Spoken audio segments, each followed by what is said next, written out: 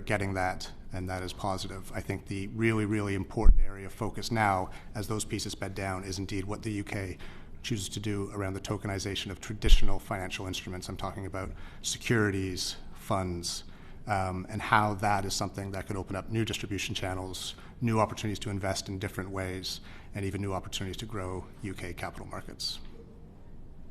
Thank you. Mr. Butterfield, I believe it's correct to say that 7 million Brits have at some point held a cryptocurrency of some sort. So that suggests that it's already quite well established in the UK. Yes, we know there's demand for it. I think I best at from CoinShares talk about it from a crypto ETN, exchange traded note perspective. We know there's demand for it and real interest in it. Many fund platforms report Bitcoin or crypto proxy equities as a potential investment route, and we know some platforms have reported up to 3 to 4% of total platform trading turnover is in these companies. So we know there's demand for it.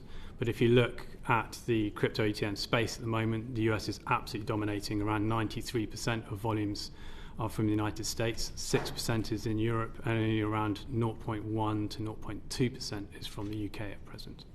But you say there's demand for it. Is it as something to speculate in, something to gamble with effectively? I think originally, say we run a survey every quarter, and we have done since 2020, and it tracks around $1 trillion worth of assets. Originally, that was the case. It was speculative, say in 2021. That was the top reason. 60% of respondents said that was the reason why they were investing.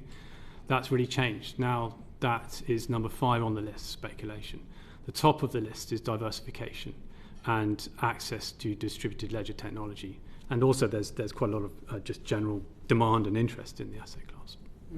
Okay.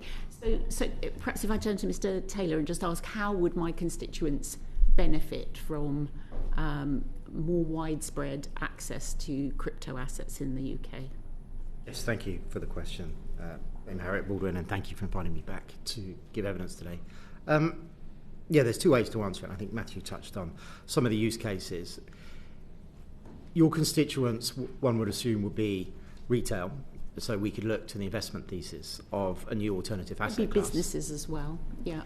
Businesses, okay, so let's separate these 2 out. So retail and wholesale, 2 fundamentally different use cases for this asset class and technology that uses different payment rails, for example. Stablecoins have been mentioned. If I start with retail, access to this investment asset is fundamentally easier than accessing certain equities or certain bonds or other types of financial assets. It's a bottom-up industry that's been driven by retail, as opposed to most asset classes start from the institutional space. So that's that financial inclusion benefit. So we've seen quite a lot of the numbers out of the FCA were 12% of adults, but we actually believe the number of younger adults from an age of 18 to 49 will be 25% of those that hold crypto assets. So this is the new investment thesis for younger members of your constituents.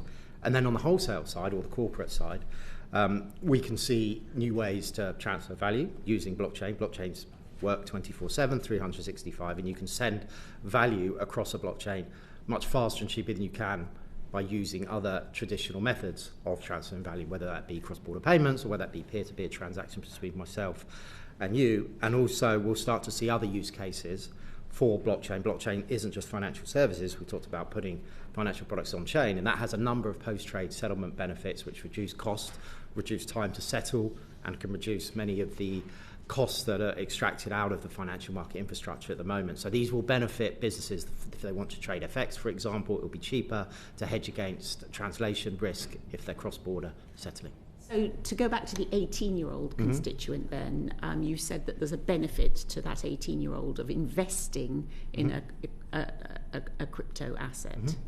And can you elaborate a bit more on why it's beneficial to them that should be something that they can access more easily than traditional stocks and shares? The barriers to entry to invest in this asset class are significantly less than they might be to enter other asset classes.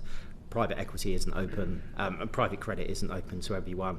Certain types of asset classes are only open to high net worth individuals.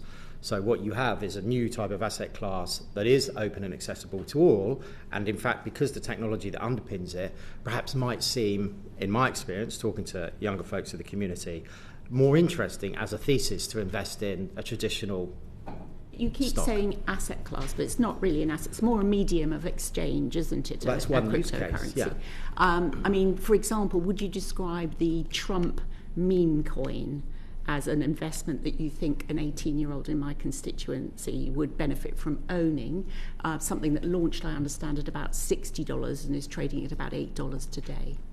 I should obviously answer this question carefully because I don't want to get into the discussion about whether a president You're not should in launch. line to be the next UK ambassador to the United States, so don't hold back.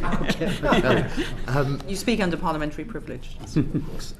Now there's what we say, there's many flavours of a digital asset, a crypto asset, a token that's born or minted on a blockchain. And there's Bitcoin, which we believe is the gold standard, which most people in the industry and in Wall Street and the financial services sector believe is now a new asset class based on the volumes and the interest and the institutional adoption for this new asset, which is fundamentally different to, say, an equity or a stock that represents a company.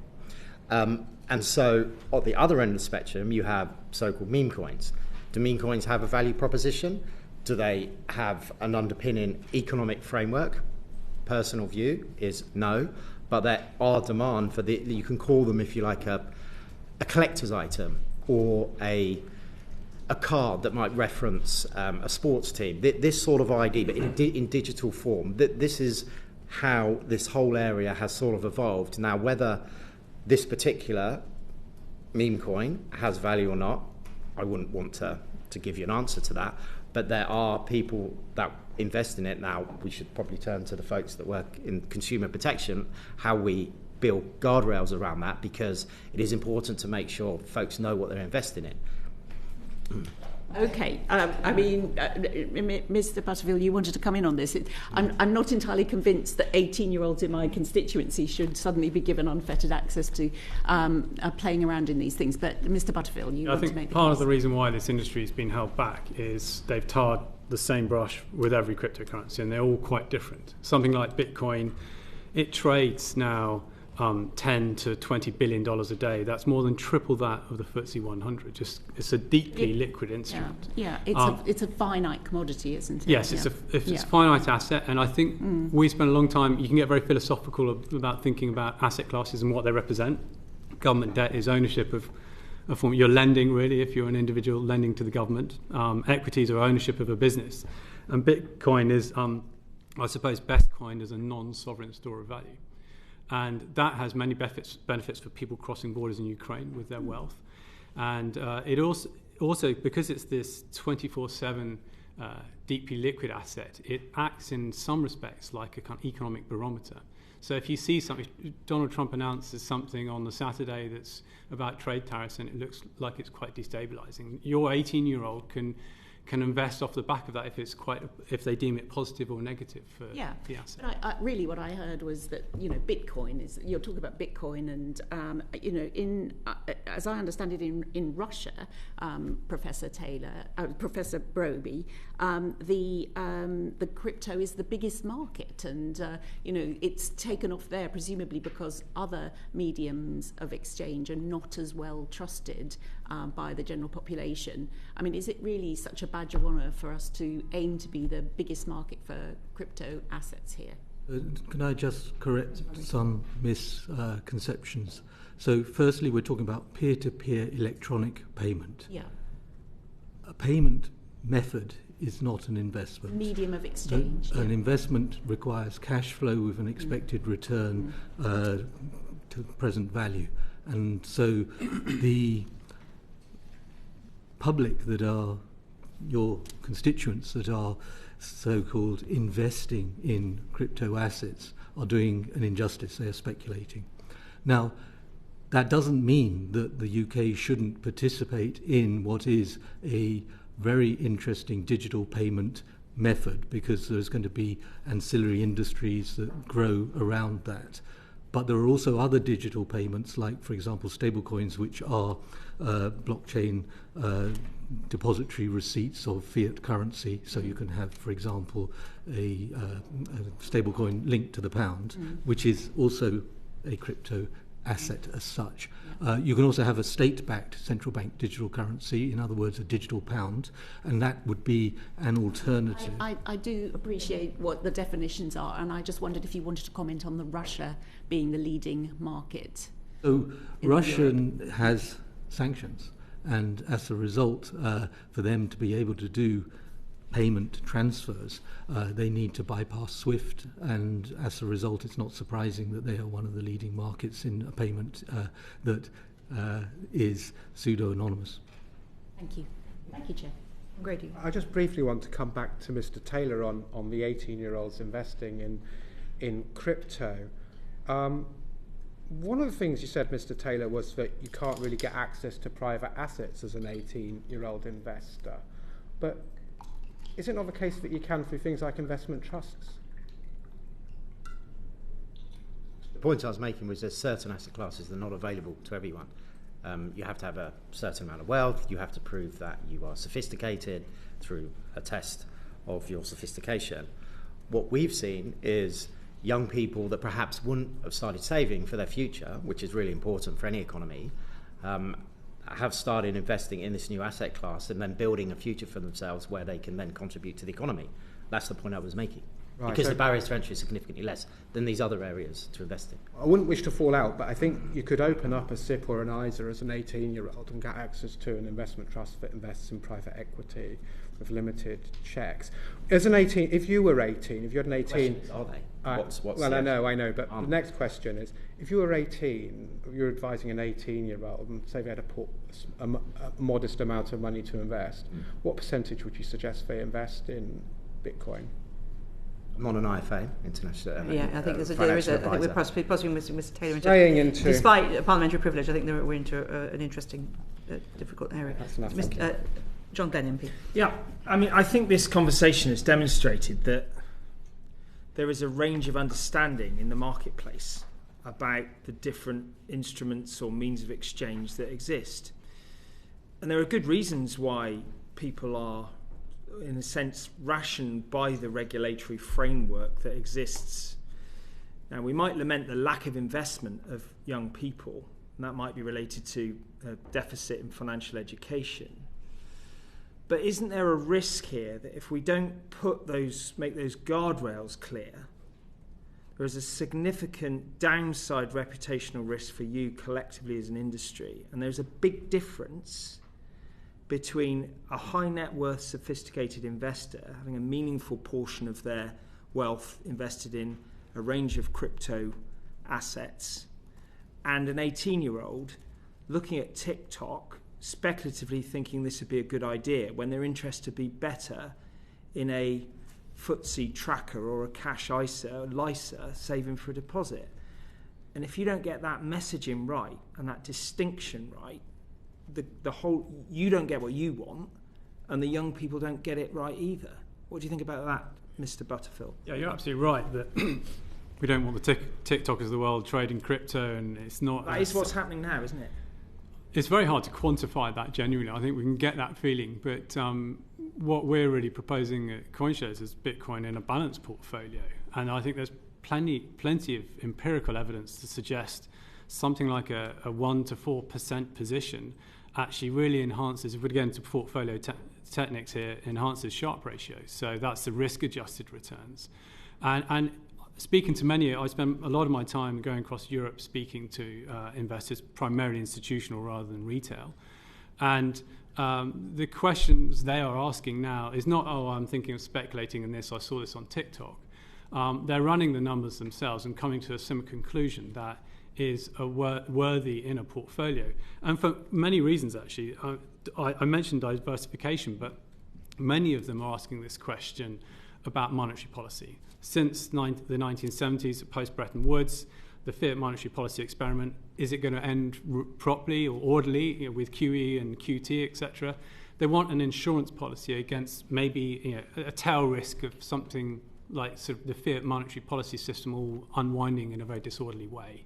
Government debt in many different countries also poses kind of tail risks. So they're looking for something that diversifies, and that's where Bitcoin I'm not fits disputing the desirability, and I think there is a questions that we'll come on to about how you regulate and enable the use of investment in this class of assets within a portfolio. What I'm saying is that you're always reluctant, it seems to me, to make a distinction between the individual retail, unguarded, unguardrailed consumer making a single investment, which is arguably, and I know you don't want to be IFAs and all the rest of it, is a completely different proposition to a wholesale investment manager making an investment in an asset class as part of a balanced portfolio of risk.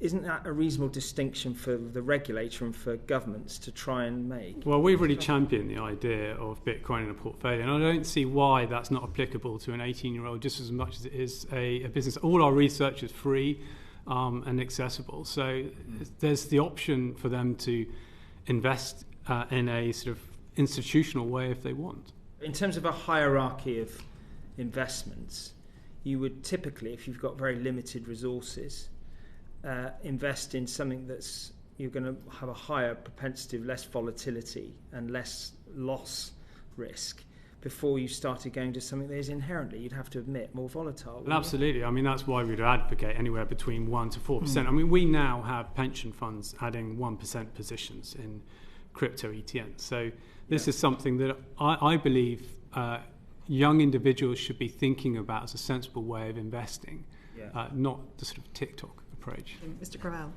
Thank you. Just on this point of, let's call it the should, sort of sets of questions. I think it's maybe helpful to reflect just for a second on the stuff that's coming as part of the regulatory framework, because if you take a look at the behavioral aspect of this and take the should out of it, people are investing in this. And that demand is there for whether it's things with deeper liquidity and perhaps more proven track records like Bitcoin versus your meme coin questions earlier. The FCA is going to put a number of guardrails around this, and they're addressing many of the risks, I think, that we're discussing. So when it comes to marketing, when it comes to your influencers, the financial promotions regime is already in place, a very important piece of it. There is going to be a robust admissions and disclosures regime where the intermediaries, the platforms that are making various digital assets available, will have to make hard decisions around which ones are appropriate to actually list, which ones they can get across the line, so to speak, in terms of their own compliance requirements, which ones are actually suitable for investors and are compliant with the admissions and disclosures regime. There's a conduct regime coming into place that if you do park your money with the platform, they can't run away with it, which is something that's obviously been seen in the not too distant past. There is a market abuse regime coming, so that if you are trading something that is perhaps a little bit more out there, you can at least have some confidence there are controls in place that you're not being sort of traded against by those who are looking to exploit investors. So a bunch of really important building blocks here that I think it's fair to say UK CBC's members support and see this as inherent to building that confidence in the market and for that 18-year-old hypothetical investor. Okay, I was supposed to come in later, but I might as well do my questions now, and the chairs agree with me. I mean, can we just get to the heart of then what's going wrong or right in the UK with respect to regulation? Because you've set out there some of the incremental things that have gone on over the last 3 or 4 years.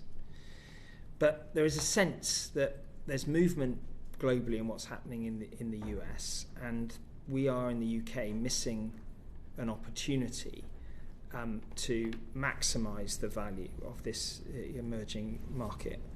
Would you like to explain how you think the FCA is doing in terms of meeting the expectations you have and or missing the opportunity for UK PLC? Is that to Mr. Gravel? Yes, to start with, please. Mr. Gravel.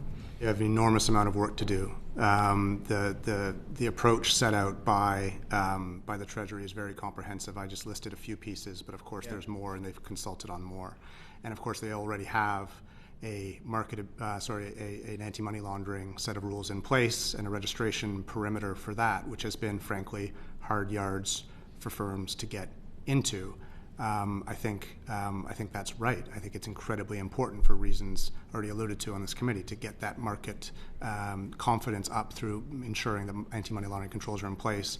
It was right to start there. It was also right to impose quite significant rules around financial promotions and the marketing of crypto assets to protect consumers.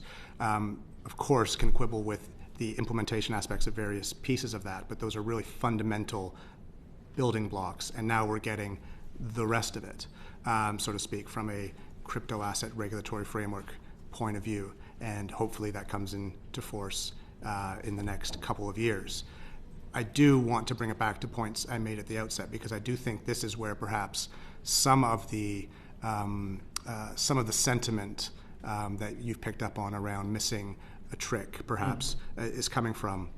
I do think, and something that UKCBC's members are really excited about, the increasing convergence between, let's call it, you've heard the term maybe TradFi, traditional financial services, the Square Mile, City of London, this really important sector to the UK, and the digital assets sector, where we're seeing more experimentation at the level of products, at the level of tie-ups between big financial houses, names you would all recognize, and maybe some of these incumbents who may or may not be UKCBC members. There's a really, really interesting opportunity there. The FCA has just put out a very interesting consultation paper on fund tokenization, which UKCBC thinks is absolutely on the right track.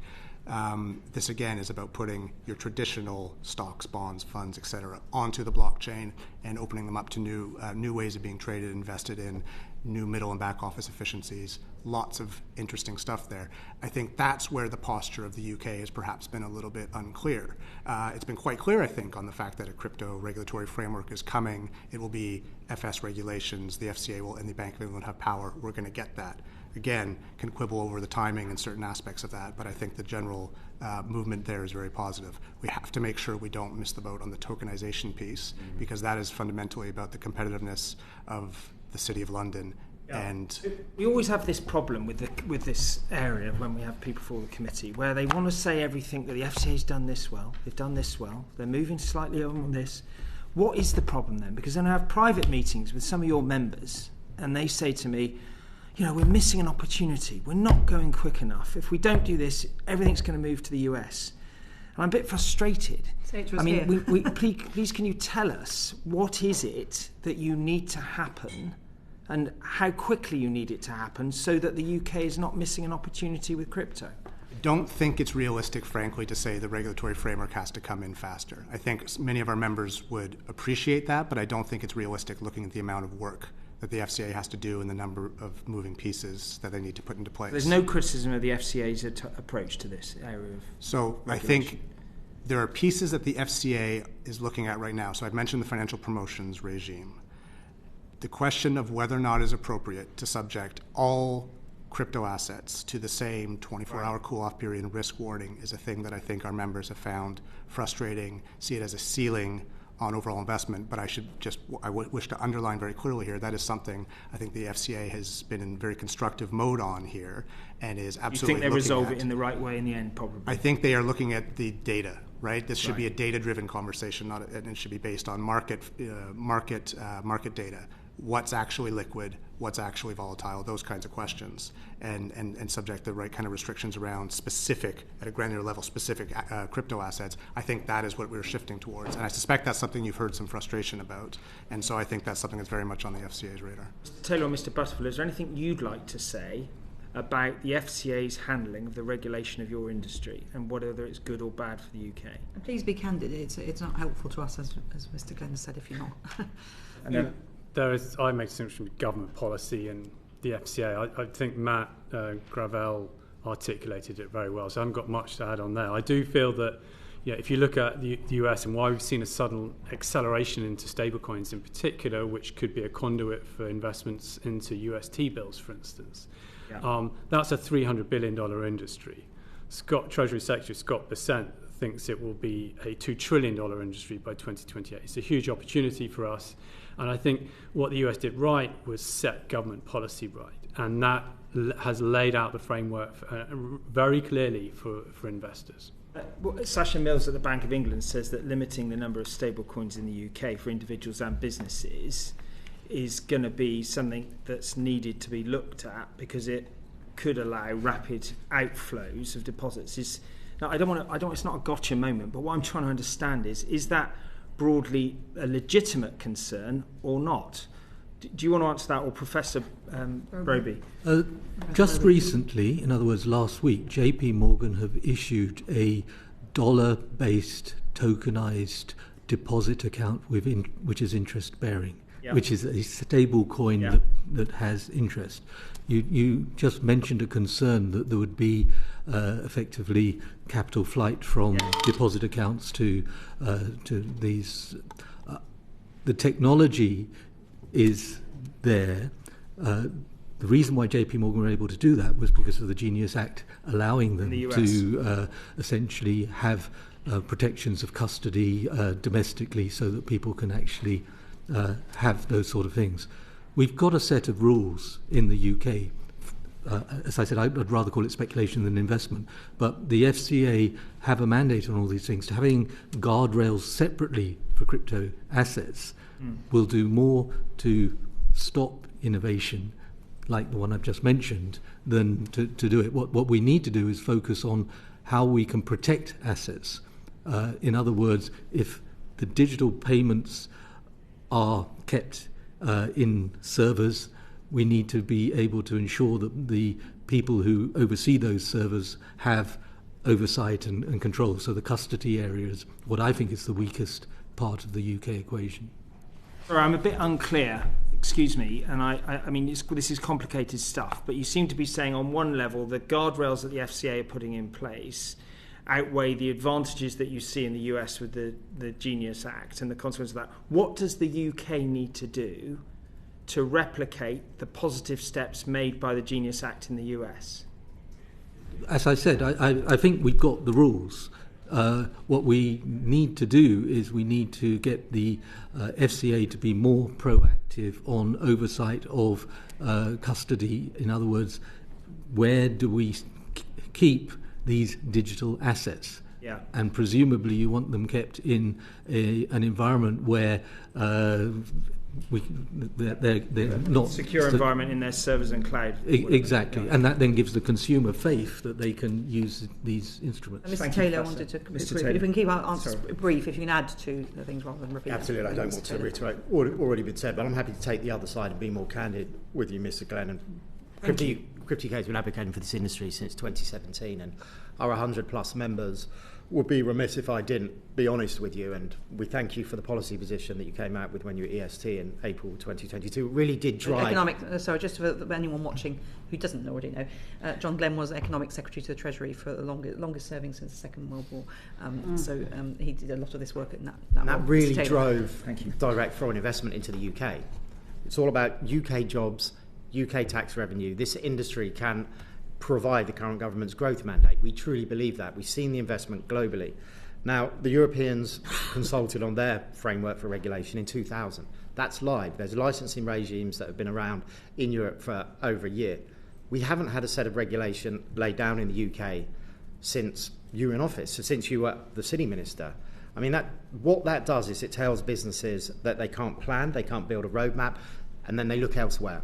And this is happening. I mean, in 2022, I would get calls from the Department of Trade and Industry and say, Ian, can you talk to this firm in Asia? Can you talk to this firm in North America? They want to come to the UK. The opposite is true now. I am getting those calls from people saying, we need to go to the US.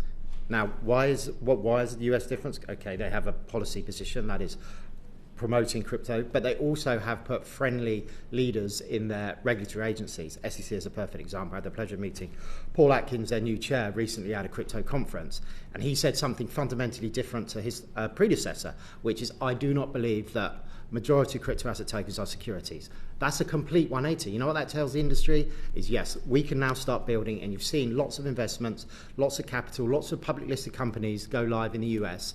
In the UK, the opposite is true. The capital is flying out. And is it the FCA? Well, businesses will tell me that they're moving too slow. And yes, regulation is a blunt instrument and needs to be proportionate and balanced.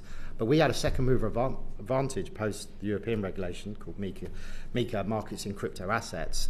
And so our members would just like to see a little bit faster. It doesn't have to be big bang approach. It can be a bit of a piecemeal approach. Right. That's helpful. Mr. Gravel, is it very short? I can make a very short comment. You mentioned the holding limits piece around stable coins. I think that is something that UKCBC's members are concerned about, particularly if you look at capping that for at 10 million for institutions for wholesale. It's very hard to use in financial markets, very hard to use in the corporate space for treasury management, et cetera. I think just to round up the points on the need for certainty, it's really important that as we bed down the rules and move towards an authorization regime, that regime is predictable, transparent, well-resourced, and I think that's obviously the key next step once we get the rules finalized, is making sure the FCA has the people in place to actually deliver this, and I think that's what they're working on. Thank you for your answers. Thank you very much. I'm talking of predictable and so on. Mr. Taylor, when you came, you gave evidence on this subject. You told the then committee that non-fungible tokens, often called NFTs, were a further benefit that the crypto industry brings. You also said that they increased social inclusion, but nearly everyone has lost everything they invested in NFTs as the prices collapsed. So do you regret what you said then? I feel I've been asked to give financial advice again, which this is another particular, in my view, technological benefit of blockchain, insofar as you can have a creator economy where an artist, whether a music artist or a writer or a graphic designer, can issue a piece of art and then distribute it seamlessly to a huge market and then receive benefit from that for somebody using their art, rather than in what we call Web 2 traditional social media platforms. All of that value is trapped in that one ecosystem. So our belief is the technology allows Web 3, we call it, as a new sort of way to transact and transfer value. Those that create the art can then receive benefit from that directly from the user or the purchaser. Now, this particular type of crypto asset, it's a particular standard that lives on different base layers or different blockchains, does confer new benefits and new data and new types of storage of files on the individual token. Now, that particular speculation did rise quite rapidly at that time and has somewhat come down, but the underlying technology remains the same. The speculation is one thing over here, and we see speculation in all sorts of markets, regulated, unregulated. What you're saying is that the artist got them what they needed at the time, and so it really wasn't something. It's a bit like, so I mean, you talked earlier about when Dame Harriet raised this issue of the Trump meme coin. I think you talked about it as a collector's item. So are you saying there's another sort of class of asset that's I'm not quite sure why you'd collect a Trump meme coin, but well, you tell me why. No, I agree. It's not with quite you. like a coronation coin, or not as a physical. It's to Americans, probably. Maybe. So, are you saying really this is a whole other asset class that people will collect something digitally that because they want to do that for the fun of it, I suppose? In my experience with non-fungible tokens, what we did see was a new whole user base come into using blockchain as a technology that perhaps may not have been interested in the investment thesis. I buy Bitcoin, I put it in my portfolio as a hedge against other types of assets that are uncorrelated, for example. You get new more users. like a GoFundMe type arrangement. But possibly paying forward a coffee to some. Well, there have been NFT projects. There was one in the US for the Constitution that raised a lot of money to buy the Constitution, and you would have a share ownership of that Constitution as an investor in an NFT. And so that was one use case, and there's many new use cases that we perhaps haven't seen. But the point that I was making at the time about NFTs is and what we believe, it brought a whole set of users in that weren't just financial. It's catching people into the system rather than. And do you think there's enough clarity about that you don't make money on a? I think Dame Harriet was saying. Do you want to tell us how much a Trump meme coin was sold for? Was it $60, and what's it's worth now? Down to $8 now. $8. Yeah. So you're saying that that's a way of hooking people into the system. Do you think that's a good thing? I wouldn't use the word hooking. I would use the word being interested in using this new technology and transferring value in a different way. Okay. Matthew eloquently talked about the regulatory framework that will give warnings and then will tell people what this actually is, and that is what we advocate for too, rather than just, oh yes, I see this thing over here on a social media platform and I go acquire it without understanding what the benefits that it may confer to the user are. Okay, Mr. John Grady, briefly. I just think we need to step back here for a moment. There are huge opportunities in blockchain technology for making the wholesale markets more efficient, for making investments such as large bonds, tokenizing them, there are all sorts of things I read about on a daily basis which are very exciting. But then also, we've got this opportunity to speculate in Bitcoin, in memes, in tokens, and all the rest of it. But stepping right back, what we're talking about is an 18-year-old or a 20-year-old or a 22-year-old starting saving for a deposit for a house, for their retirement, and all the rest of it. As a policymaker, I sit here and I say, whoa, people are not saving enough for this stuff. Is there a real risk that this kind of Wild West, to characterise it in that way, of Bitcoins and meme coins and trunk coins actually damages the overall thing that I, as a policymaker, want to achieve? Perhaps a question for Professor Broby. So there are two questions here. There's one, how we protect the consumer, and the other is how we allow for innovation, and particularly in blockchain. And I think the danger is that to interpret what happens with NFTs and people speculating in these instruments and regulating that can harm the innovation side of things. And that's why I said we have a framework in the UK for investor protection, and if you want to call these an asset class, they fall within that framework if you are using them for speculation. If, on the other hand, you're not using them for speculation and you're using them in the way that you're talking about, all these decentralized finance applications that come from the layer 2 of the blockchain, which is smart contracts, to run an automated, executed piece of code, a smart contract, you have to spend either Ether or Polygon an amount of crypto assets to make that program execute. If we start viewing these as something that are undesirable, we will actually mean that developers will not be able to do their job and create new and interesting applications for the blockchain. Another way of putting it is, all the noise about random tokens and meme coins risks damaging all the great stuff that can happen on the other side. That is exactly my point. And yes. We can spend all our time talking about all the stuff over here, meme coins, and thinking about regulating that, whereas actually what we need to be getting on with is creating a framework for all the good stuff over here. Exactly. Mr. Butterfield? Yeah, I think there's plenty of examples of quite shameful abuse, quite frankly, in the crypto space. What really it's reflecting is just human nature. It happened in the railroad industry in the United States 200 years ago. Yes. Happened in the dot-com boom too. I mean, I think because we apply such a sort of bad reputation to crypto sometimes because of some bad actors, we are missing some really compelling projects that are being put forward. Mr. Gravel? Or Tad, I don't want to get into No, I think you put it eloquently, and it boils down to a bit of a baby in the bathwater style argument, but maybe just an observation around what we potentially, if we focus all on the sort of investment use case, so to speak, and miss some of the other applications, or the speculation investment use case, I should say.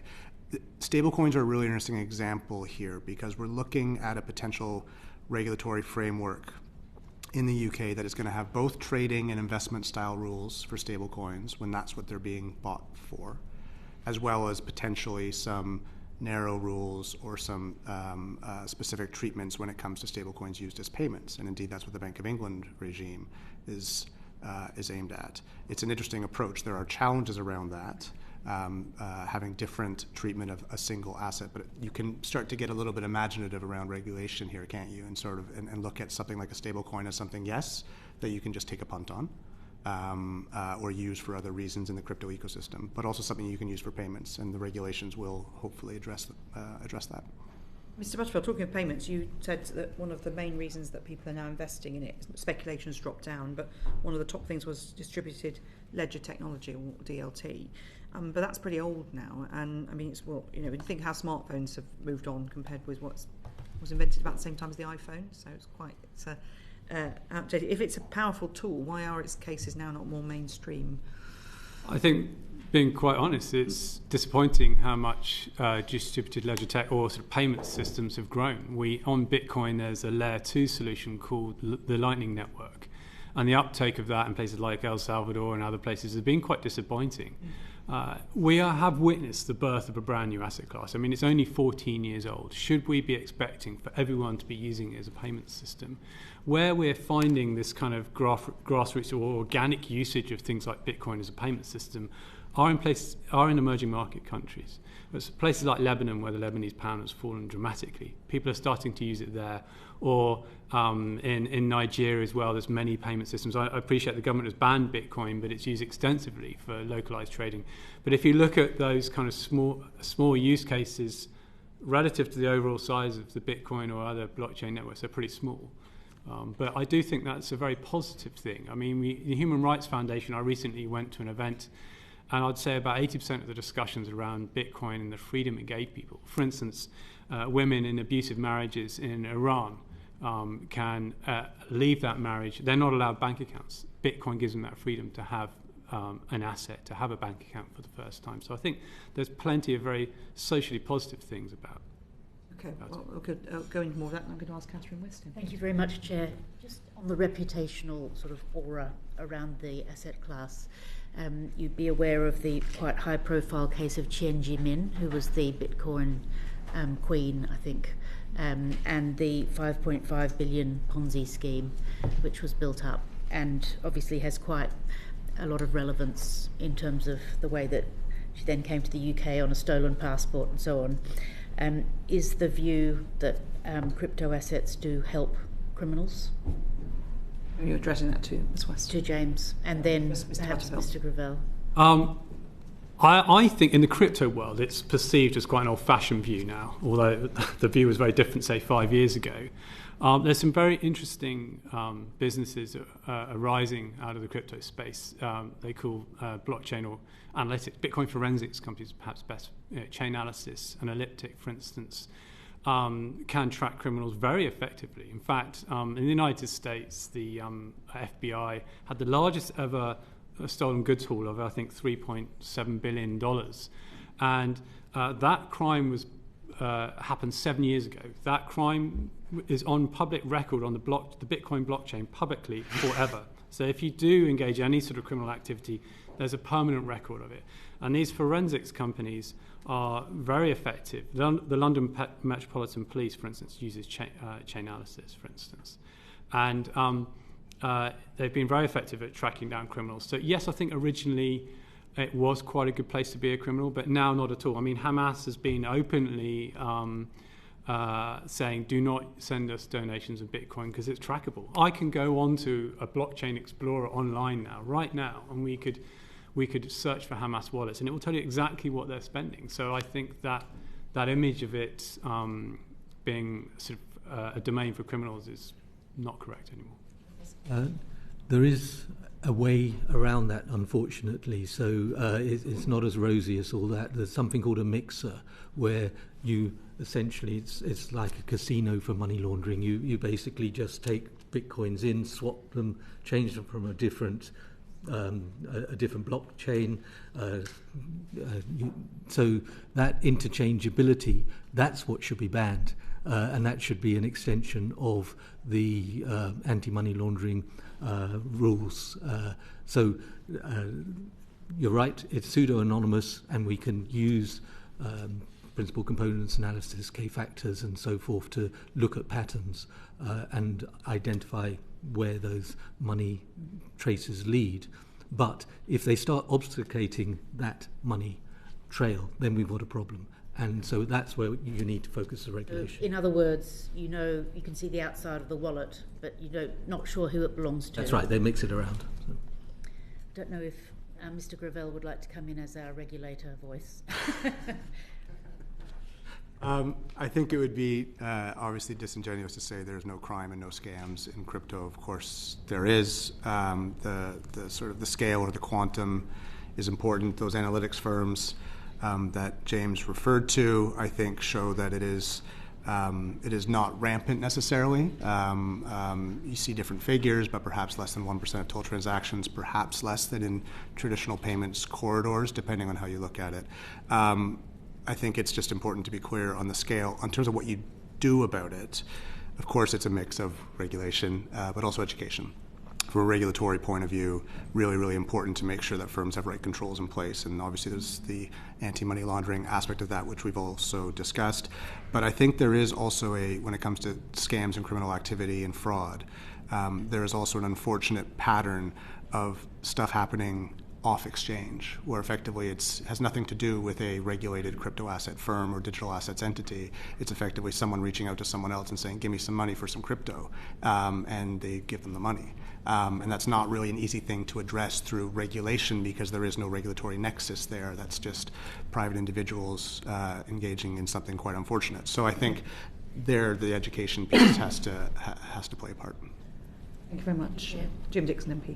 Yeah.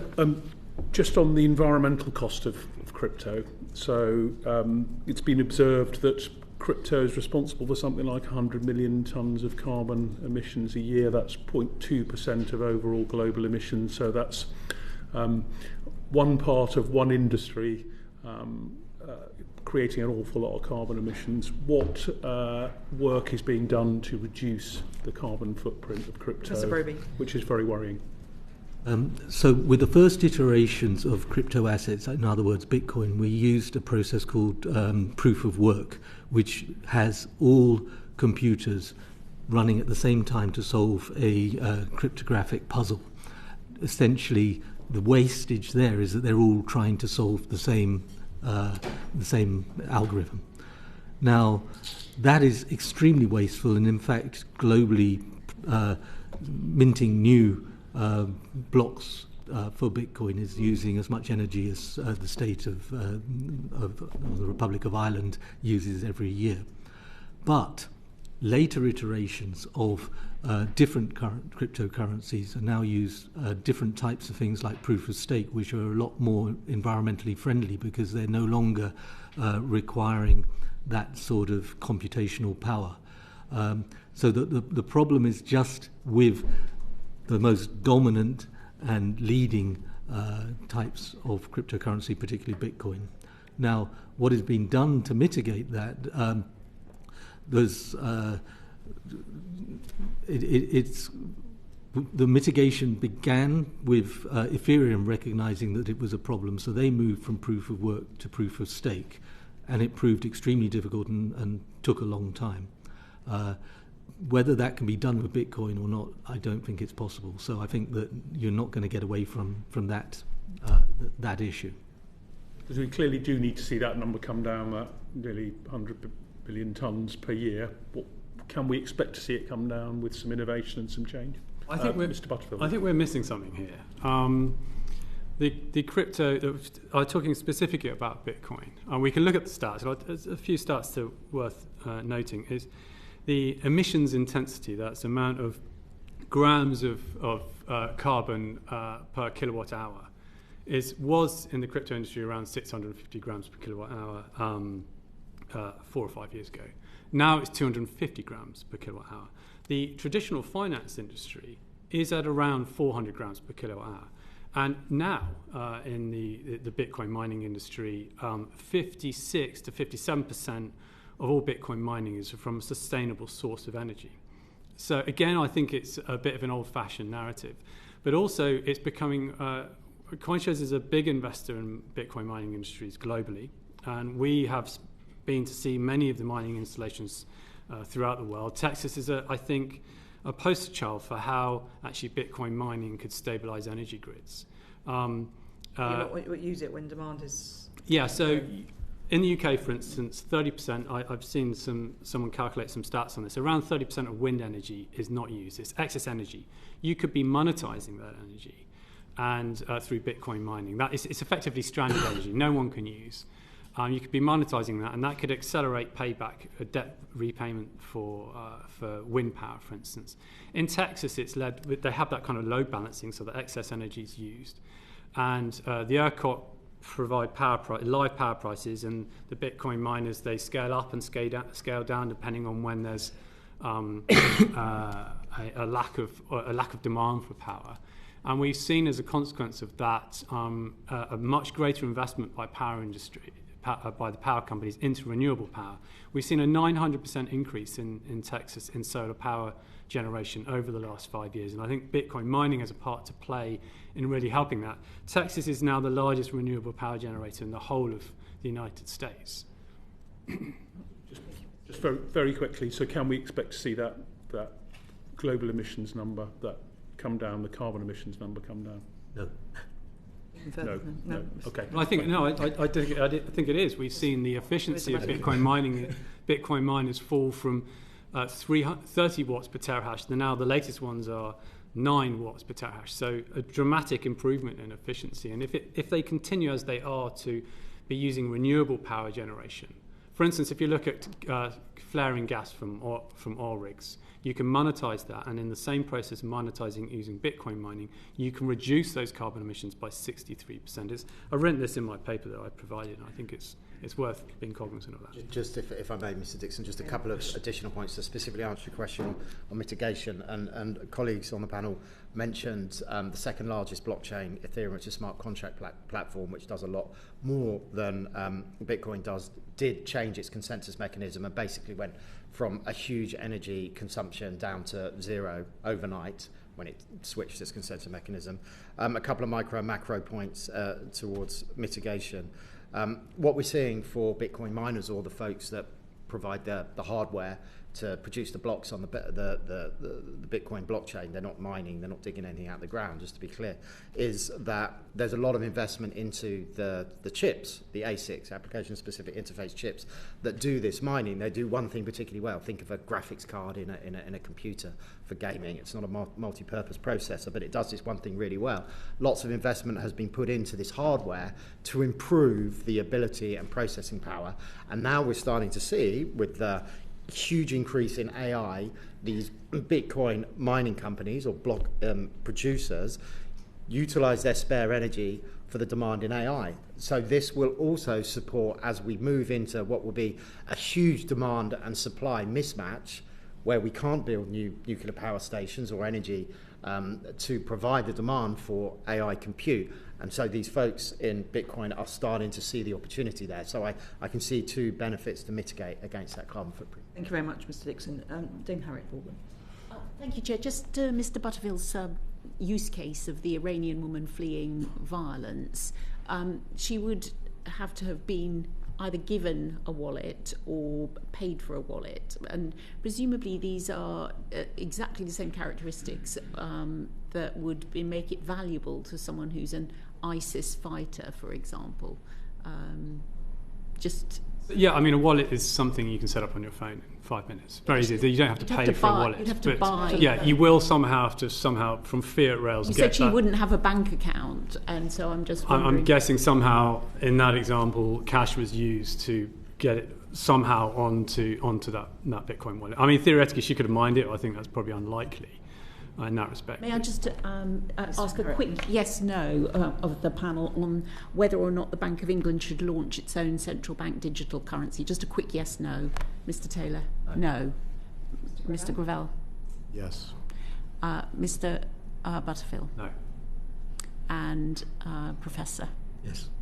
Yes, okay, so we've got a great 50-50 split on that. I just have one notice with the market participants themselves, but perhaps with a bit of an interest there in the bank not doing it. Okay, and I think we've heard that there's various different sorts of Bitcoin, but at the beginning, Dame Harriet asked which of you had bought Bitcoin. So from memory, that was Mr. Butterfield and Mr. Taylor. So I wonder. The question was, do we currently own it? Sorry, do it? The question was, do we currently own it? Yeah, I have okay. So you don't currently own it, Professor Broby? Have you ever? Have you ever? Well, yeah. Well, perhaps you could say. So, Professor Broby, have you ever owned it? Yes. Yes. And why don't you own it now?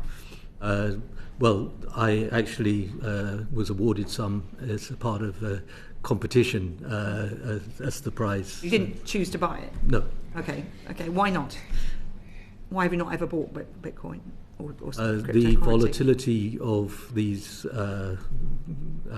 relative to fiat is got a standard deviation of about 25, which is twice as volatile as equities. It's not my desire. Your risk appetite. Okay. Mr. Gravel. Why don't I own it? Yeah. This is this is a tricky question because my response, well, I'll just say it. Because I do policy work on digital assets, and I think it's cleaner not to own the stuff I'm talking about. Fair point. That's fine. We have a similar constraints in our. I was just concerned about the counterpoint to that, which is that those who do own some, for some reason, maybe are less. I didn't want that to imply. No. I didn't want that to imply what I implied. That's why I hesitated. We also have constraints about what we do in our role. Can I thank our witnesses very much indeed for their time. The transcript of this session will be available on the website uncorrected in the next couple of days, and with great thanks to our colleagues at Hansard for that. And you're welcome to stay for our second panel, which we'll just have a moment to switch the panelists over. Thank you very much indeed. Order. And if I could urge you were sent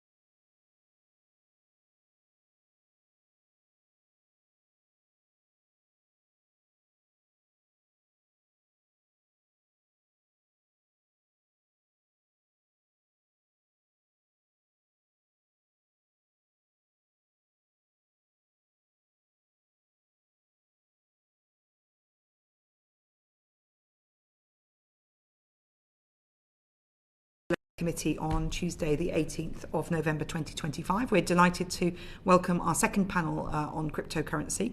I'm delighted to be joined by Simon Newell, who's the Head of Policy and Advocacy at Positive Money, by Professor Bertu Yüksel Ripley, who is the Professor of Law at the University of Aberdeen, and a very great thanks to you, Professor, for flying down from Aberdeen to join us. It's a long way to come, so thank you very much. It's important we get a non-London perspective. And delighted to welcome Chris Pond, formerly of this parish, but now chair, among other things, chair of the Financial Services Consumer Panel. So a warm welcome to you all. And Dame Harriet Baldwin's going to kick off. Dame Harriet. Well, yes, thank you. In the interest of fairness, I shall start with my first question again, which is, have you ever or do you now own any crypto assets? Chris Pond. Can you just put up your hands if you have? In the past, had a wallet. I'm not sure if I technically still own it because I don't have access to the keys. So legally, I'm not sure. You could be very rich. Or I think this raises some of the questions around regulation here. Yeah. So for the other witnesses, no. I don't have it, but I have a digital token which I get by attending a meeting of an international organization. So it's a different use case, I think. So proof of attendance. Okay. So one of you's bought it, one of you gets given it. Chris Pond? And I don't have it at all. Okay. Okay. Thank you, Dame Harriet. Well, you heard the previous panel, and I think one of the things that I tried to probe with my questions was, is there anything that my constituents are missing out on in terms of their ability to access crypto assets? We've heard that the FCA data is that now 7 million UK individuals have at some point owned or do still hold a cryptocurrency. And I just wondered, perhaps starting with yourself, Mr. Pond, if you can articulate what you think the benefits would be to my constituents of the FCA taking an approach which enabled more than the 7 million to own these crypto assets. Yes, thank you. And the first point, Dame Harriet, is that it's that numbers has increased considerably. It was 5 million only 2 years previously, and it's been going up very considerably. And that reflects the fact, I think, on two sides. First of all, there are considerable benefits to certain individuals who, as Mr. Glenn pointed out earlier, are more sophisticated in terms of their investment decisions, who can benefit from swifter transactions, cheaper transactions, and especially when we're talking about cross-border remittances, where it is of value. And therefore, as part of an overall portfolio, it can be valuable. It's also very clearly the case that this is an important part of the growth agenda for the economy as a whole, and therefore your constituents are bound to benefit from the fact if we get this right and we can have the safe growth of this sector, they will benefit. But speaking from the point of view of the Financial Services Consumer Panel, and the name gives away what that is all about, it is, a statutory body set up to make sure the consumer voice is heard within the FCA, but I'm not here to speak on behalf of the regulator. But if we can make sure that we get it right and we can provide protection for those more vulnerable, we've had a lot of discussion about younger people investing, and we do have concerns that there are many who do buy these assets or invest who actually really are not well protected and maybe are not making the decisions for the right reasons. So would that include, for example, someone here in the UK who wanted to buy the Trump meme coin at $60? I think it would, yes. If they were doing so without having all the information available to them, because we know we have to go through a process of rebalancing risk and growth. But in order to encourage people to take on those extra risks, they need the means to do so. They therefore need the financial capability and the education that is necessary to help them make the right decisions. And then, Mr. Ewell, what's your view? Are there things that my constituents are missing out on? I mean, you've asked those questions to the industry and they've struggled to give you a clear answer. I think, look, there are several different things crypto is trying to achieve. There's payments, there's digital assets, there's now pivoted into talking about DLT, which isn't a new technology. It's not something that only came with Bitcoin, actually. Distributed processing, decentralized computing has been around for around 50 years. The issue is they haven't managed to find a compelling use case. The question is Bitcoin able to do that?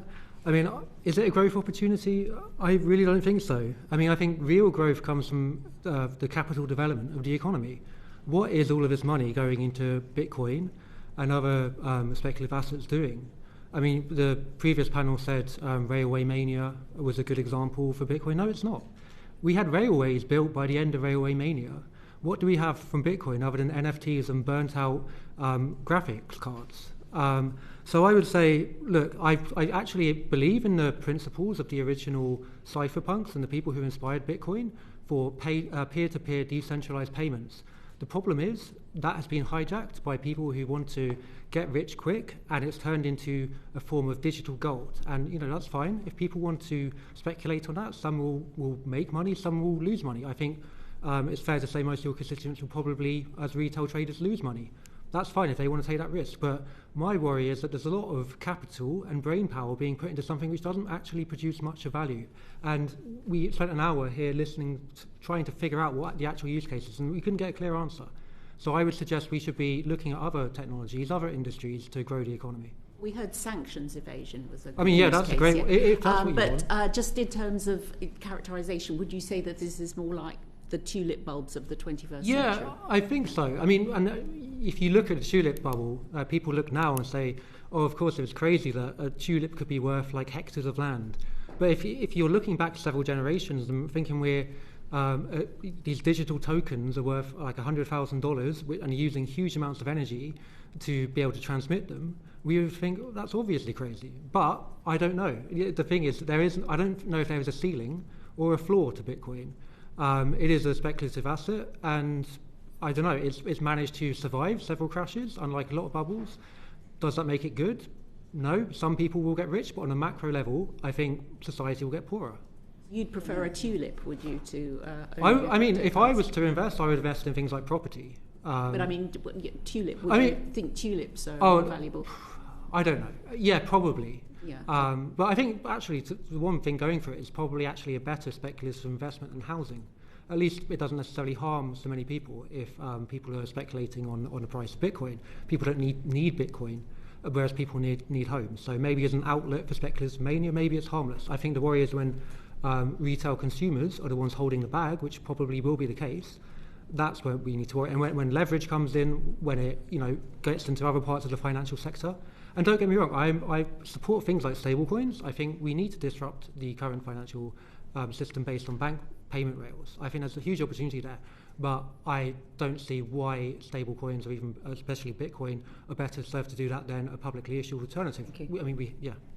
And Professor Ripley, any additional benefits or harms that my constituents might experience as a result of wider adoption of crypto assets in the UK? Yeah, I think there are certain benefits in terms of the payments, particularly cross-border and international payments, because despite all these technological developments, cross-border international payments to a large extent are still very slow and costly and less transparent. So there is, I think, scope particularly for certain types of crypto assets like stable coins, if they are backed to fiat currency. There is, I think, some scope or benefits from that perspective.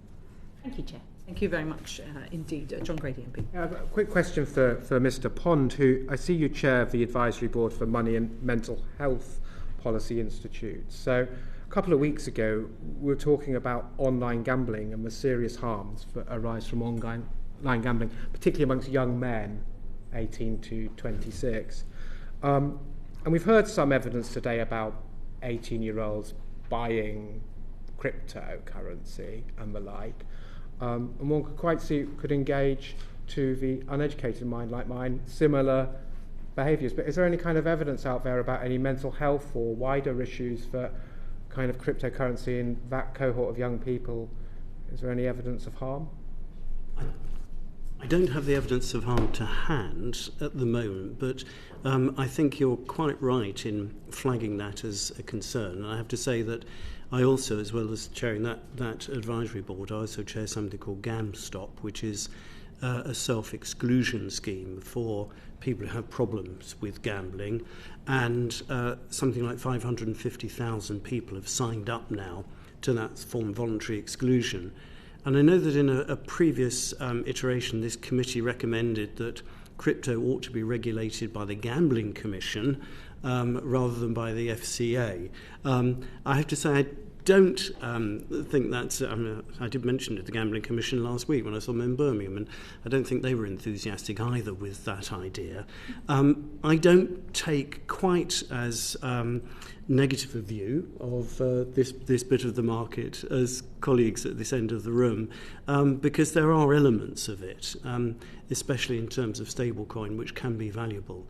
But I do think you're right to flag the fact, Mr. Grady, that there is a real risk that some people could participate in this without thinking it through and then be suffering real harm as a result, which can have mental health implications. So, for instance, we know that amongst those younger people who we know are disproportionately amongst crypto asset earners. The FCA research shows that 2/3 of them make investment decisions in less than a day, and 1 in 7 in less than an hour. And it also showed that impulse buying of crypto assets was only number 4 behind impulse buying of air fryers, smartwatches and energy drinks. So I do think there is an issue here about the need for education, the sort of deficit in financial education which the Right Honourable Member of Salisbury mentioned earlier on, because we do need to make sure that when people are entering this market, they do so with their eyes open and recognise what the implications might be. Otherwise, we will have the mental health what you're saying difficulties is some people are buying it on a speculative basis. I suspect trading more frequently, and therefore it is something that needs to be explored, whether there's things needed to protect younger consumers from speculation in this area, in the same way that we have the GAMSTOP mechanism. Yes. Thank you, Mr. Bond. Thank you, Dame Meg. From one John to another, John Glenn MP. Great. I think in the last panel we saw, contrary to what you said, Mr. Yule, a clear use case for wholesale investment in funds based on the record of returns. If you create a regulatory environment that chills that significantly, won't you actually damage the outcomes for pensions and other pooled investments that is available? I mean, does that mean we shouldn't regulate Ponzi schemes? Because if we did, then people would lose out. Ponzi schemes, did you say? I mean, I would actually characterise it more like gold. Right, sure, if people want to have part of their portfolio in gold, which doesn't yield anything, but because, as society we've decided it has inherent value, fine. And if people want to do the same with Bitcoin, fine. They can allocate some of their portfolio for that. My worry is, how does that improve the capital development of the economy? That's how we get growth. That's how we improve people's incomes. You don't get rich by trading digital tokens. You can't save your way to prosperity. You need to invest, and there's no actual investment. And I think that the problem is that we confuse savings and investment. I'm old-fashioned. I like my old macroeconomics like Keynes. There's a difference between saving and investment. Investment is the investment in actual capital goods, employing labour to produce things. Saving is merely holding a security. And you can save in Bitcoin, you can save in bank deposits, you can save in gold. But it doesn't actually produce economic growth. You seem to be, if I may say, imposing your own personal moral judgment about different qualities of investment, when in fact surely that would be for fund managers and individual actors. But I think as a society, can we really not do better than this? Like, this used to be a country that actually had innovation. The Victorians built huge engineering projects, housing, massive scientific innovations, and I would prefer that we did that. And I think as a society we would be wealthier if we had our smartest and best people working on those things rather than trading digital tokens. And maybe the market's right. Are there any benefits, do you think, for stablecoins, for disrupting the current bank-based payment system? Yes. As a payment, you see it as a payment? That's the thing. If Bitcoin was the digital cash it's purported to be, I would be totally fine. I would be supportive of it. The problem is the people who developed Bitcoin didn't understand money, and they thought. So the benefit that you see is about a payment system. That's what I think. Okay, thank you, Mr. Pond. Could I ask you about the FCA's interventions in this space so far? I mean, if we look at what they've done since 2020, there's AML for crypto exchanges, they've banned the sale of crypto derivatives to retail consumers, they've brought crypto into the financial promotions regime, some of which we discussed in the last panel. In a world where individuals are at liberty to make those investments anyway, the internet gives people access to do what they want. How does the FCA get it right in terms of creating an asymmetry in the UK, which is bad for the messaging of the competitiveness of the economy, whilst doing what we're both probably sympathetic to, protect vulnerable people? Is it possible to do that and get that balance right? I think it is, Mr. Lane, in the sense that the FCA is obviously moving beyond the AML and the promotions aspect to other elements of the regulation. And as I said, I'm not here to speak on behalf of the FCA, I wouldn't dare. But the perception that we have at the panel in responding to each of the consultations that the FCA produces on the next stage of the regulation suggests to me that there is a very clear focus on the importance of innovation and growth, but also a recognition that you achieve the growth of this sector most effectively if you build confidence, both by in businesses who are engaging, that they have a stable regulatory regime which is in line with the regimes operating elsewhere, whether that be in Europe or the Genius Act in the States, not replicating that but being consistent with it, while at the same time providing the sort of protection that people need to give them the confidence to enter the market. So some of the research which the FCA has carried out last year suggested that amongst those who were not currently engaged in this market, who did not hold crypto assets, more of them would do so if they felt that they were protected. And amongst those who do hold crypto assets, a large proportion of those say that they would increase their engagement in the market if the protection was there. So I think the regulation, a stable regulatory framework, is beneficial in terms of helping this bit of the market grow. And without it, I fear that we could be in the territory that my colleague at the other end of this table has been talking about.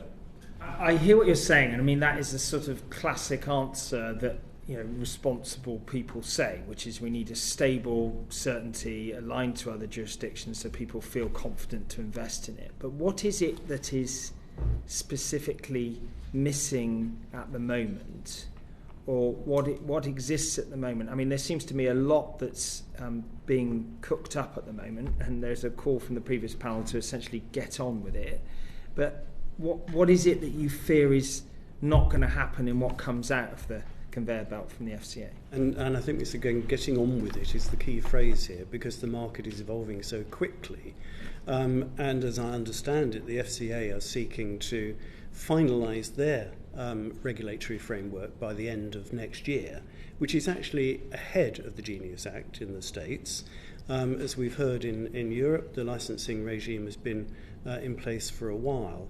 And I'm grateful to my colleagues at the Centre for Finance, Innovation and Technology for their review of the regulatory systems in this area around the world. And it looks as if what the FCA are proposing sits somewhere in the centre between the EU proposals and the Genius Act in the States. And that's probably relevant because the objectives of those different regulatory systems are different. There probably is more focus in the UK on consumer protection than there might be in the States. Could I ask Professor Yuxey what you have to say about this, and perhaps bring some perspectives on international law and regulatory regimes that we could draw lessons from? Professor Yuxey, Ripley. Yeah, I think international coordination is essential in this area because these structures, these systems are global structures. So there would be always risk that over-regulation might lead shift in business, relocation to elsewhere. But there are obvious risks involved, various risks involved. And if you look at the very first idea of Bitcoin, it was disintermediation. So it was developed to be like a peer-to-peer electronic cash payment system, no intermediaries. So the market looks very different today. It is highly intermediated. So the market created its own actors, crypto intermediaries. So I think it's important to find that balance between promoting innovation, supporting innovation, but also protecting consumers and investors as well in this very intermediate. Do you think we've achieved that in the UK at the moment? I think the UK is relatively proactive in the area, so I agree with what Chris Bond said on this, and I think it's good to be a bit cautious on this stuff because it's an emerging market. It has involved various risks, but I think the UK is quite proactive in the area. Thank you.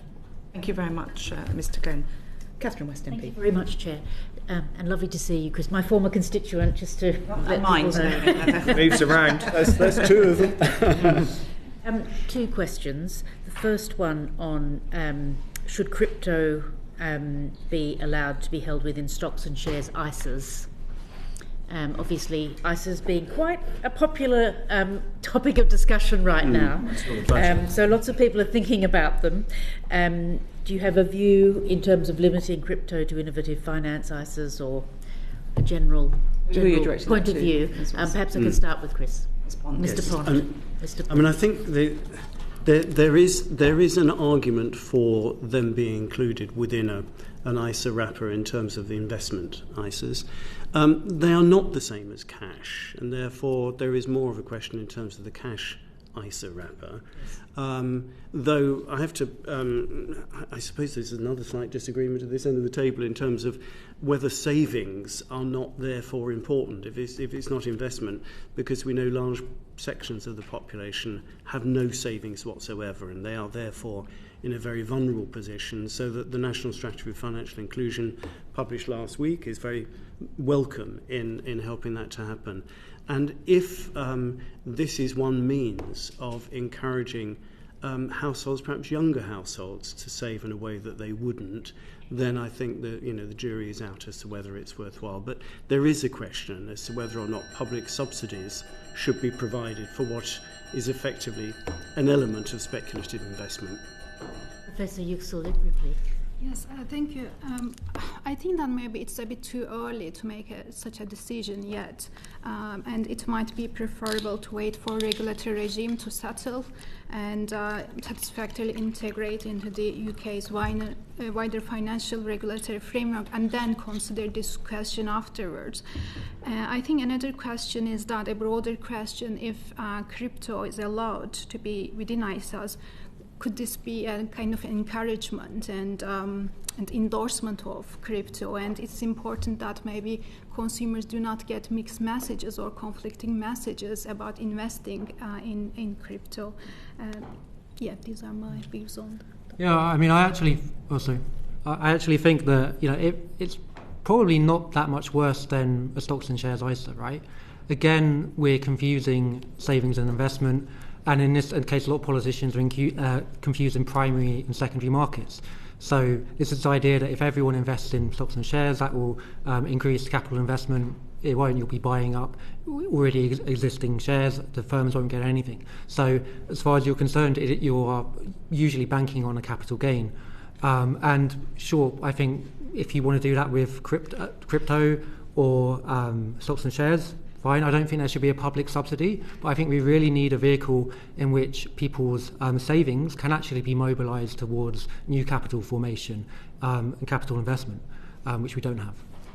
And going the other way back on that final question around the tax system and how we can encourage investment, which you've mentioned in your view doesn't have the intrinsic value, but for example, are there ways of understanding how tax could leak out perhaps through these asset classes, and what remedy that would attract? Yeah, I really think this is actually an opportunity to rethink how we deal with economic crime. And we're seeing in the US the current AML regime has been upended by the Trump administration. And actually, is the current way we're trying to deal with economic crime, tax evasion or money laundering, actually the best way? Currently we have like a system which is kind of like a dragnet, where we use the bank-based payment system and collect information on everyone involved in a transaction. All the intermediaries hold all kinds of personally identifiable information on all kinds of participants. I don't necessarily think that's a good idea. I believe we should have a more decentralized payment system, and we deal with those things in other ways, because I think I am concerned about state overreach. I think this government has, targeted peaceful protesters. We're talking about financial services. I know, but the point comes back to having privacy in payments, which is like one of the main arguments against things like CBDC. And I think, we really do need to have privacy in payments. We have that with cash, and we need to protect that and think of it the same way as cash and have digital cash. And that was the idea of Bitcoin, but Bitcoin, the failure there was the unit of account of Bitcoin is not something people transacting. So there are privacy in payments, but there are still anti-money laundering rules. And if there's large amounts of cash being paid and out, so we need there to, would be many we questions. need the same you couldn't buy a principles. house with cash. And through like technologies I'm working with at the University of Manchester's digital public money infrastructure, we're looking at more intelligent ways of doing this. Things like asymmetric privacy, where you don't necessarily need to see both sides of a transaction, zero knowledge proofs and things like that. And I think there's a real opportunity here to actually, because at the moment, anti-money laundering costs banks supposedly 1% of GDP, £30 billion, which seems like an absurd number. So obviously we can do this better. It clearly isn't working. We have huge amounts of economic crime. So I think there's an opportunity. We should embrace it. Ms. West. Professor Yuxel-Ripley, do you have a view on maintaining that sort of balance between an elected parliament saying this is the tax that's going to be and voting on it, and therefore having that sort of ripple through the financial services, and how you manage the tax leakage in some of these more modern products? I don't have a particular comment to make on it, but maybe as a general point, I wonder, because the crypto market is very diverse now. There are thousands of crypto assets, and some of them, I mean, they have different features and they have different functions. So I'm just wondering, the treatment should be all the same, or there should be, and it's the developer market as well. So more tokens assets are emerging, and they are placed under this broader umbrella of term digital assets. So I'm just wondering whether it requires a different approach. Mr. Pond. Yes, I mean, there clearly, especially in the current circumstances of public finances, there is clearly an issue in terms of whether or not there is leakage of tax revenues. And this is a market which, as Professor Ripley has pointed out, is very diverse and is growing very fast in some respects. And therefore, to be able to make sure that you protect the public finances ought to really be very high on our agenda. I don't have a clear answer as to how you do that, but it is something which public policy should be focused on.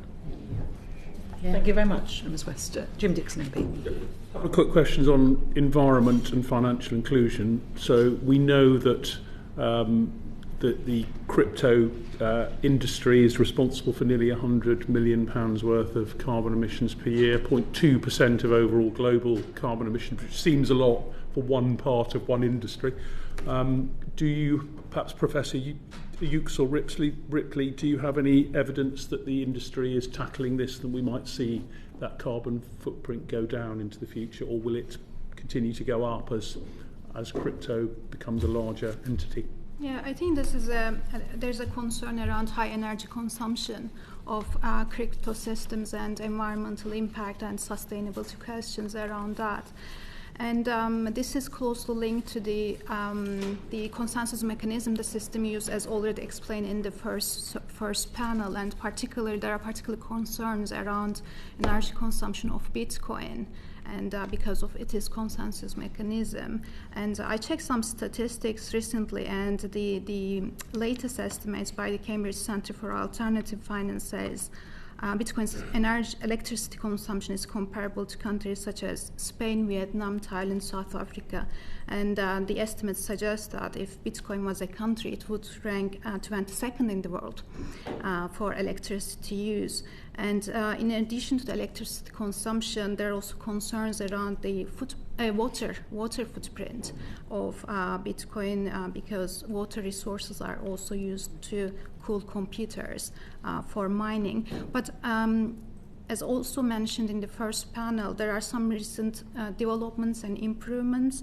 So the data again suggests that the miners' electricity in the mix in terms of Bitcoin is now predominantly sustainable, 52.4%, with renewables accounting for 42.6%. Of course, the question is that whether it is still sensible to use renewables for this purpose, but there are some improvements from that perspective.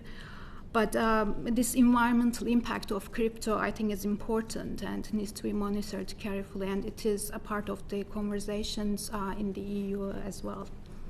We were told by the last panel that the better processing power and use of renewables would help bring that carbon footprint down. Do you agree with that?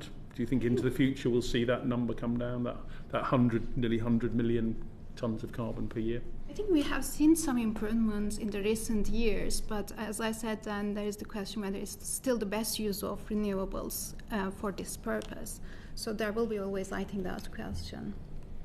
I don't know if other members of the panel have any comment on that, but that's useful. Yeah. If I may, Mr. Dixon, Chair, as we've heard from the previous panel, the carbon footprint of different elements of this market is different, and therefore disclosure is very important. If you give consumers an opportunity to judge between one product and another, one platform and another, they can themselves then make a decision if they feel strongly on the environmental issues and about the decarbonisation. They can make a decision to focus on those products and platforms which are going to do less harm and perhaps use more renewables than is the case with others. Thank you. And one quick question on financial inclusion.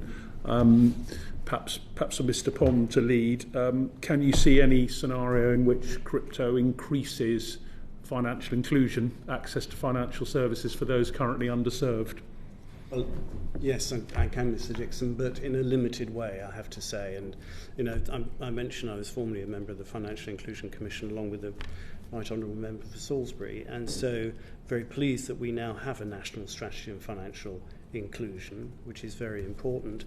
I think as part of the National Payments Vision, this can form an important element of that by reducing the cost and the length of time transactions take, and especially, as I've said, with cross-border remittances, it can be very valuable indeed, and for SMEs as well.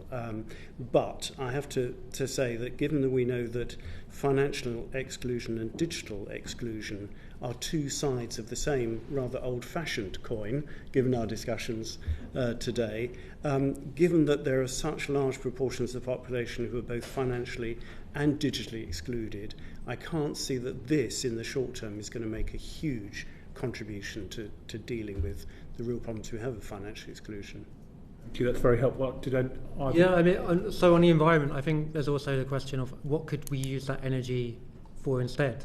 They say it's fine because you can use this runoff energy, but I'm sure people smarter than me can find a better use for that than crypto. But on financial inclusion, I don't see it as the solution. I think what we need is cash and digital cash. So something that is easily accessible to everyone with lower fees and lower risks. And I think an opportunity for that is through a digital pound, publicly issued. People may disagree with me on that, but that's my view. Mr. Ripley, anything to add?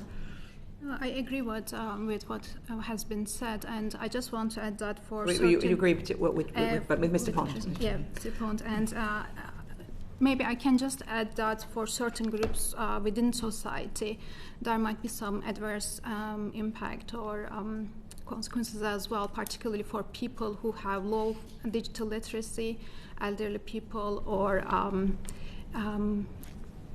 people who are struggling to understand, what crypto is, how to use them, and they might be particularly vulnerable to kind of crypto scams, fraud. And of course, they can be vulnerable in broader context as well, in traditional finance services as well, but the crypto is a bit more complex than that, and it has different elements. It has cross-border dimensions and so on. So there are that dynamic or that aspect as well, I would say, for certain groups of people in society. Thank you very much, Mr. Dixon. And can I thank you all very much for your time. We had a really interesting discussion with both panels, and I think we learned as well as demand for cryptocurrency as an investment or for speculation. Actually, it's the platform and the payment system that's quite significant, the access to that technology. We heard very clearly that I think a stable regulatory regime is needed for the market to grow responsibly, and obviously we had a good discussion with both panels about protection for particularly retail consumers and particularly the more vulnerable. So could I thank you very much indeed for your time. The transcript will be available on the website uncorrected in the next couple of days. Thank you to our colleagues at Hansard and Bowtie, the broadcasters. Thank you very much indeed. Order.